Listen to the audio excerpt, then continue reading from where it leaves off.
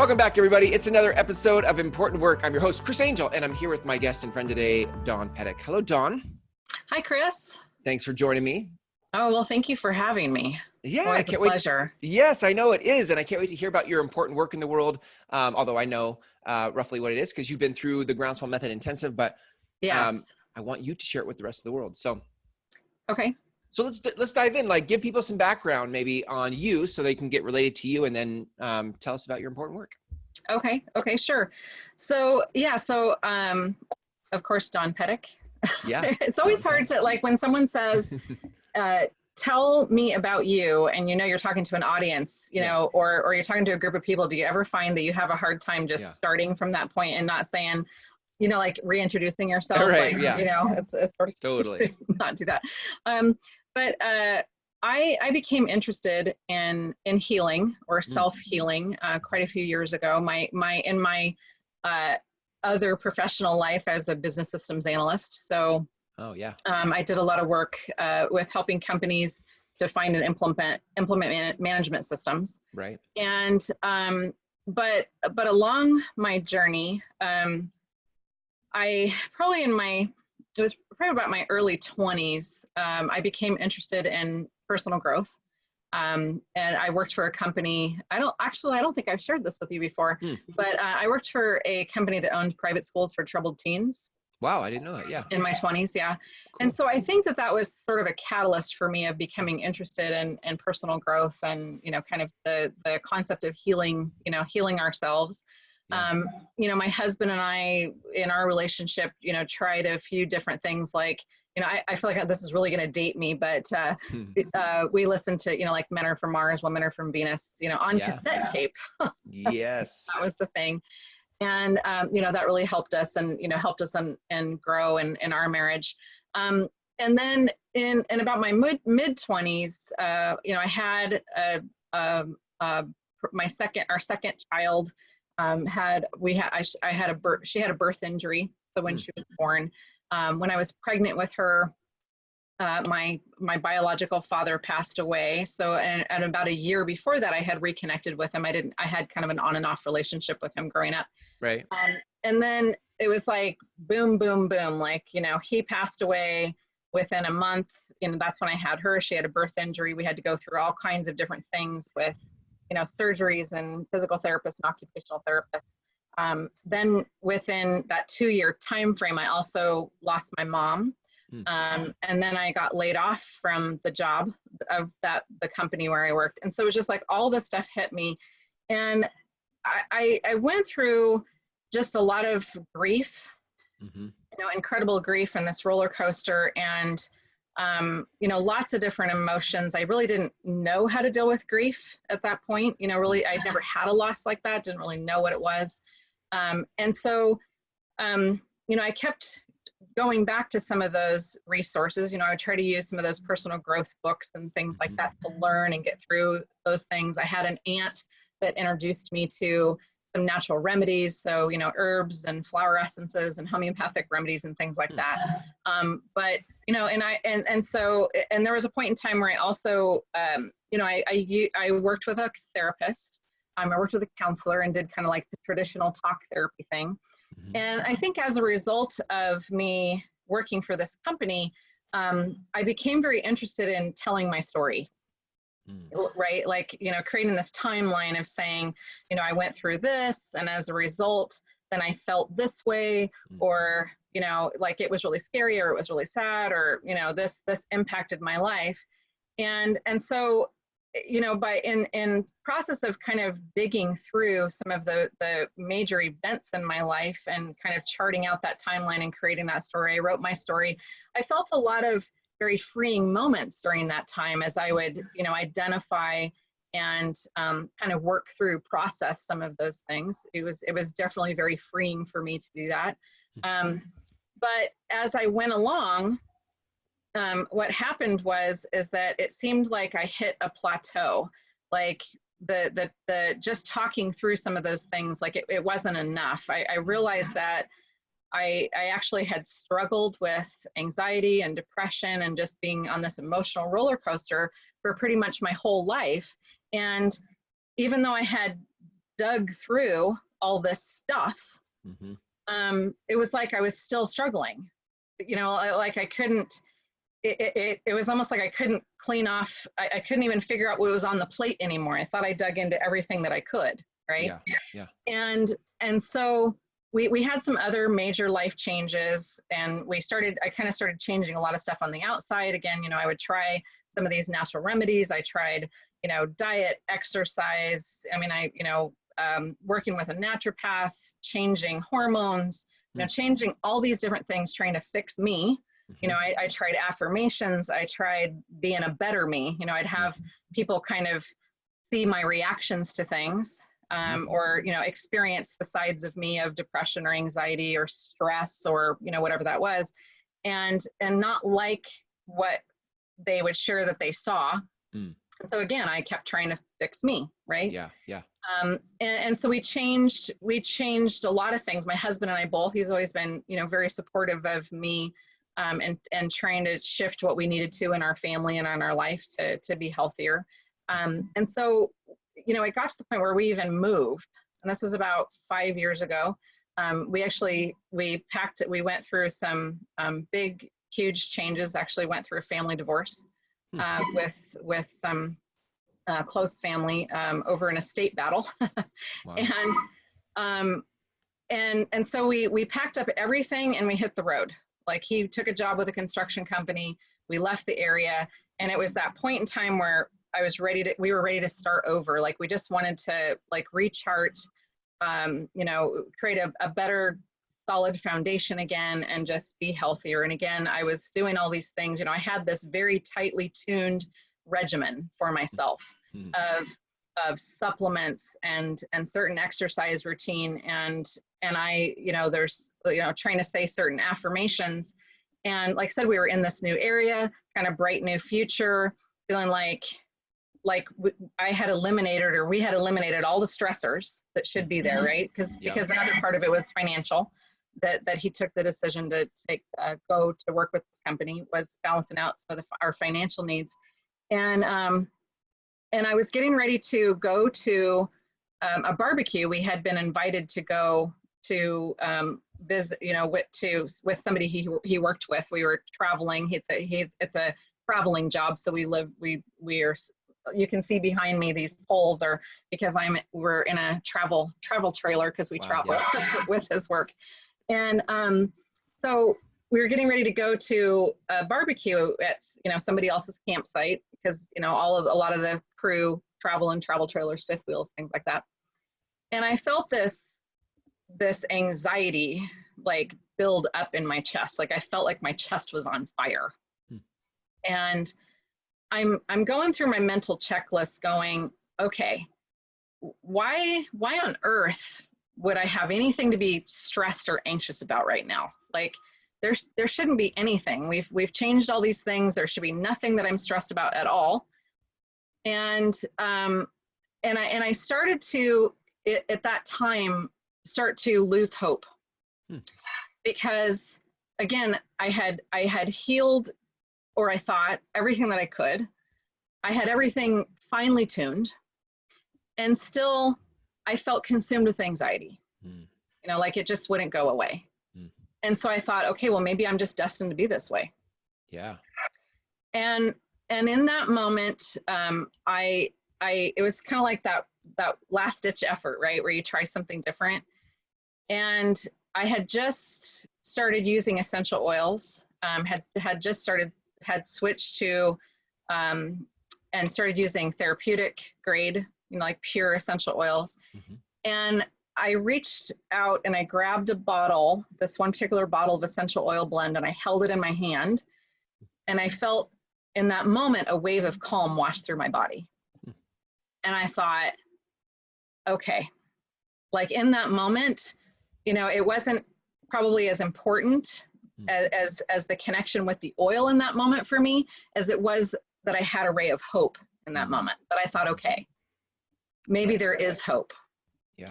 So I started diving deeper and exploring more, and using tools like essential oils. I researched essential oils, studied, and that world opened up for me like the how emotion, so through that course of study of aromatherapy, and especially tied to healing emotions, it started to open up the world of healing emotions and how, and more importantly, how emotions get stuck in the body. Mm-hmm. And also exploring how trauma affects the body. I was actually diagnosed with PTSD in 2001, but I thought it was wrong because I thought PTSD meant having nightmares and flashbacks, and that didn't explain any of the symptoms that I had. And so it didn't make sense to me. And so I kept knocking on other doors. And so those were the two things that kind of started to come together for me, was opening up the doorway into being able to, unlock, that you could use tools to unlock emotions.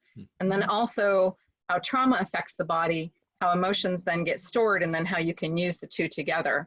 And through that process, it took me a long time to kind of fine tune a system for myself. As somebody who's experienced trauma, I think this is common for a lot of people with trauma, is that when you experience something traumatic, then like the mind and the body split, or the spirit and the body split. It's a protection mechanism. And so for a lot of folks who have experienced trauma, sometimes it's difficult for them to bring those two things back together. For me, that meant that a lot of times the things I felt and experienced, I couldn't name. Like I might feel and act mad or upset or angry, but I couldn't necessarily put a label on it. I couldn't say, okay, I feel angry. And sometimes I couldn't source it. I couldn't tell where it was coming from. So, especially when, because of the way trauma works, and we have things that get stored and then, trigger us. I think most folks are probably pretty familiar with that. That's I think it's a pretty, it's becoming more understood now in today's society of how trauma affects the body and the mind. And so I wasn't always aware of what the triggers were. And so I kind of began this process of sort of mapping myself, where, I would feel some emotion and I'd go, okay, all right, what is that? And sometimes it might take me days or weeks or months to really identify what it was. And then I'd have to look for the source of it. Like I'd have to go, okay, where did that come from? What's happening in my life? Then I learned to start to separate out and go, okay, is that something that's happening in my now world? Or is it something I need to deal with? Maybe somebody said that was hurtful or something, or was it that someone said something that wasn't hurtful at all, but it was so close to something that had happened in my past that it triggered a trauma response? And I'd have to separate those two out. And through that process, I learned to get faster at it. I learned some very specific things that I could do to make the process really quick. And then I started to just kind of get this momentum of learning other tools that help to do that as well. And so now, in going through that process, even when I first started on my healing journey, I really wanted to take the tools and teach them and share them with others. And so that's now what my goal is, and what I'm about is to basically teach women tools that they can use to identify and release stuck emotions or destructive cellular memories, and incorrect perceptions that create limiting feelings, thoughts, and beliefs. So. Yeah, wow. I love that. What, from the space of, you mapped out stuff and you found some answers that you hadn't been given through other mediums, like talk therapy or some of the other stuff, that personal development, stuff like that. Yes. What was different about, like, what did you discover that made the difference for you? What I discovered was a way to be more aware, pay attention, and communicate with my subconscious, to pay attention to the messages that were coming up, the things that were coming up for me, and start to look at those things differently. Yeah. I think it's so, so many times I feel like, especially in the space of healing or your own development, your own personal development, it's one thing to get an answer for somebody else, but I feel like owning our own answers is so much a part of how we move past it. Until I can own it for myself, I'm always kind of living in the advice of somebody else or the shadow of somebody else's solution. Oh, absolutely. Yeah, Yeah. absolutely.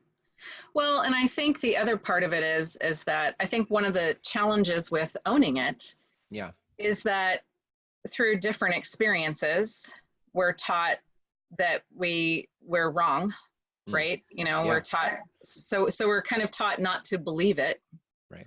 And then there's, with good intentions, there's so many different, programs and advice and inspirations that you see, in the news and the media and social media and everything, talking about how to change your thoughts or just use an affirmation. And I think what happens is, the concept, the intent is a great one, but I think the piece that a lot of times is missing is that like if you say an affirmation, for example, and you say like, I'm always happy, or I feel good today, or, I make $10,000 a month or whatever it is, then the objections that come up in your mind, I think what comes along with those affirmations is the perception that means you have to continue to say it over and over, which you do, that's part of it, but it doesn't mean that those are wrong. Whatever objections come up for you, there's a reason they're coming up for you. And so it's embracing those, like you said, owning it and going, okay, this is what my response is to that. And then taking it to the next level instead of just trying to push it away. Right. Yeah. I love that in the space of people who, because you said it, like you went through a lot of your own personal development, finding answers, you looked so many places until you finally got it fine tuned. And even after having it fine tuned, it still didn't solve the problem until you were able to find and own your own answer. Right. I feel like, I think what's cool that what you're doing with your business and the way you guide people through this discovery is that it's always helpful to have a process, because without a process, it's going to take me longer to own my answer, to find my answer and then own it. So I love that you have a process that actually walks people through them owning their own answer. It's kind of like both. It's like you get the benefit of a process, but you're the one finding your own answer and owning your own answer. Yeah, absolutely. Which is so powerful. Walk me through I know you have a couple steps in that process. Where do people start when they're working with you? What's the first thing you have them do, and walk me through those 4 steps. Right.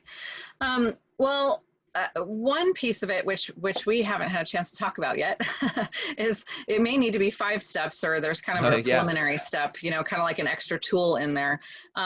For folks who maybe struggle feeling overwhelmed by their emotions, then there's a few tools that I teach people to help when they feel really stuck in the middle of the storm, like stuck in the tornado, because it's hard to actually even start a process when you feel just completely consumed by something.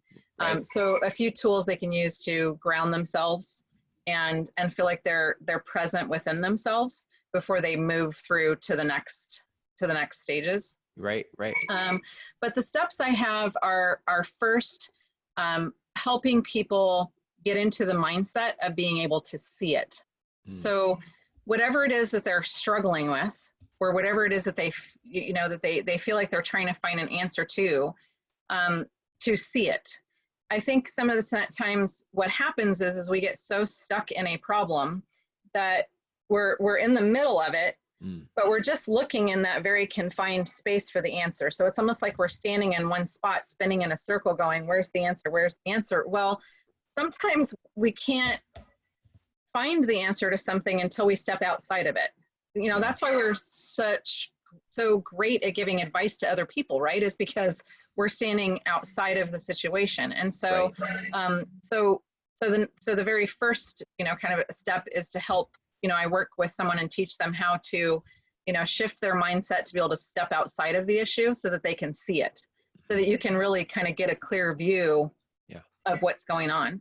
By the way, what I love about that, sorry, there's some feedback on there. What I love about that is I love about it is that you have this background as a systems analyst. Like you have this whole life experience of analyzing and seeing something to be able to bring perspective to people. I love that you can take that skill set and bring it into this important work, which, by the way, side note, for all of you listening, like I think oftentimes our important work is divinely orchestrated to bring the skills we've learned previously in our life into something that feels more important, right? Like to take systems analyzing and perspective and bring, right, which is like feels so different than what you're describing now, like healing trauma versus like systems analyst feels so different. But to bring that skill into helping people find their own answers through analyzing I love that. I think that's so great. And all of you listening should be looking for in your important work, like what have I been trained in? Where do I have skills? Because that is going to help you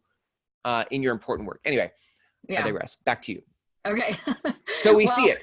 Yes, see it. And then the second piece is naming it, which, like you said, that would kind of be like owning it. It's that thing of that stage of where you're looking at something and it's without judgment. It is what it is. Whether you're angry or mad or jealous or frustrated or you're feeling too sensitive or too overwhelmed, whatever it is, of just naming it and saying, okay, like you just, I mean, it may be something you want to change, but you still have to accept that at this point in time, that's how you're looking at something. So why naming it?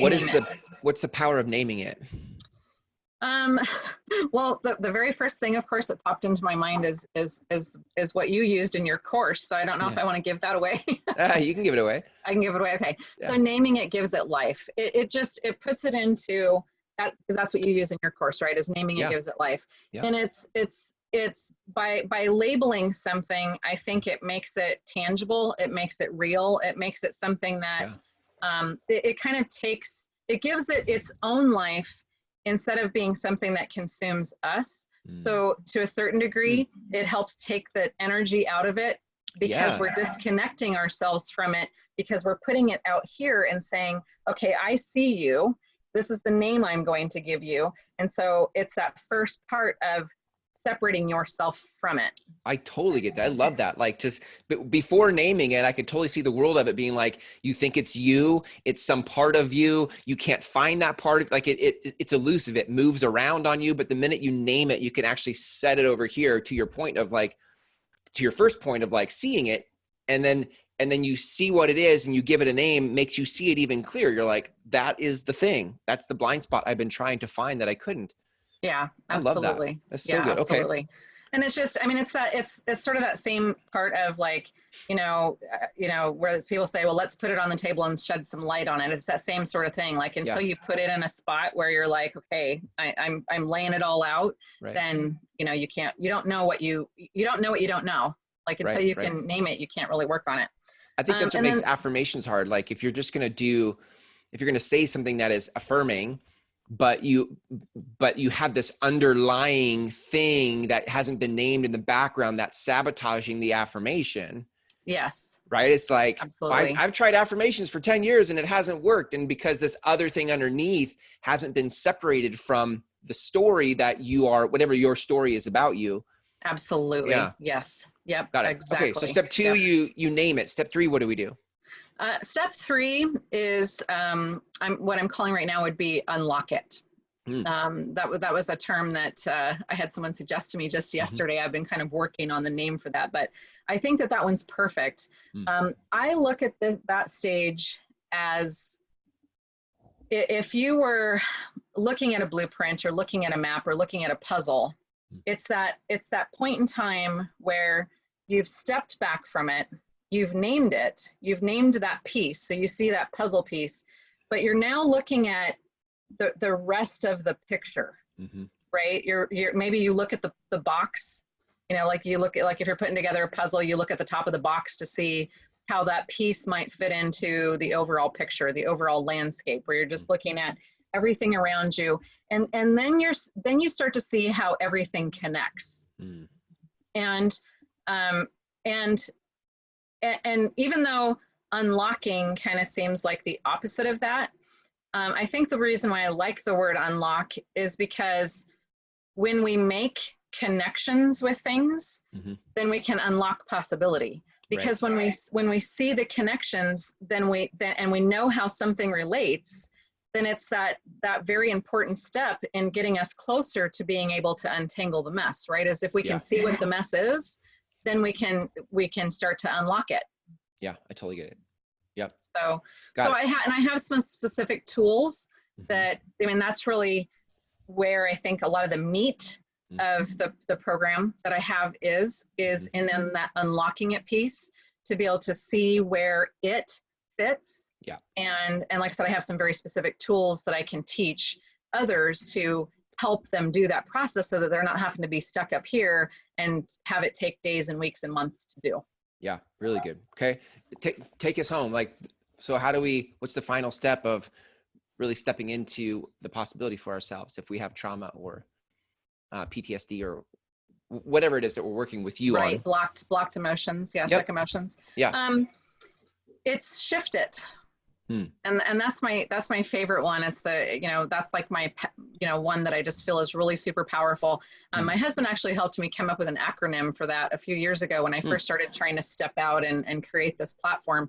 And that is: self-healing comes from insight that fosters transformation. I just love that. And so basically, shift it is the stage where we're able to after we can see it, we've named it, we've stepped back, we can see where it fits into the entire picture and the connections. We're starting to unlock what those are, and now we can shift the image. We can shift the picture so that we can see things a little bit differently, or let go, release things, and so heal, and be able to replace those stuck emotions or programs or beliefs with new ones, so that we don't have to live there anymore. We don't have to live in that stuck place any longer. And I think that's ultimately what everybody who's done the personal work or gone down the rabbit hole of self-healing has been trying to find. It's like, once you shift it, through the process that you have now we're actually able to access the thing we've been searching for down the rabbit hole of self-healing that in the past we haven't been able to find, right? I think that's what's cool about this, is so many people are stuck in the desert of self-healing, but they just haven't had the right steps. They haven't had the right process, or, to use the systems analyst thing, right? It hasn't been the right process to create the result. That's what business systems analysis is, right? Like, you're looking at, okay, you have a system in place, but it's not producing the result you want. Let me come in, give you perspective, figure it out, retweak some, right? Shift some things, and now you can actually produce a result. And the problem is, most people have systems and processes already in place, but they're not producing the result they want. And I think that's what I love about what you're doing, and why I'm so excited about your important work in the world. Well, thank you. Yeah. Thank you. Yeah. And awesome. That was very eloquently said. Thank you. So good. Yeah. So good. Well, Dawn, if people want to reach out to you and learn more about how they can work with you to unlock their stuck emotions and kind of get to the possibilities they've been looking for so long in their own self-healing journey, how do people connect with you? Sure. So they can, the easiest place to connect with me is on my website, which is dawnpetek.com. There is a link there where you can book a session with me. So I hold space in my calendar every week to do some free coaching and just connect with people and kind of find out where they're stuck, so they can book a free session with me on my website. I also have a Facebook page for my podcast. So it's called Essential Healing. And as well as I'm on iTunes, so Apple Podcasts, Stitcher, Spotify, and seems like there was one more. Google Play, maybe? Google Play and YouTube as well. Nice. So they can search, so they can search me under the name of Essential Healing. It's Essential Healing with Dawn Petek, and listen to my show. I love it. So good. Congratulations on your show, by the way. Thank you. And thank you for helping me get to that place. So you're welcome. It's so awesome. I love it. This is the groundswell, right? This is the important work of the world. My whole thing and my important work is to unlock everybody's important work, so that, there's a shift. Hey, look at that. Yeah. I used two of your words, unlock and shift. There's a shift in the world. So thanks for hanging out with me today, Dawn. I love what you're up to. And until I see you again, take care. All right. Sounds good. Thanks so much, Chris. Do you have important work in the world? We can help you produce a show just like this one and get your message out in the world. Go to mygroundswell.com to connect with us now.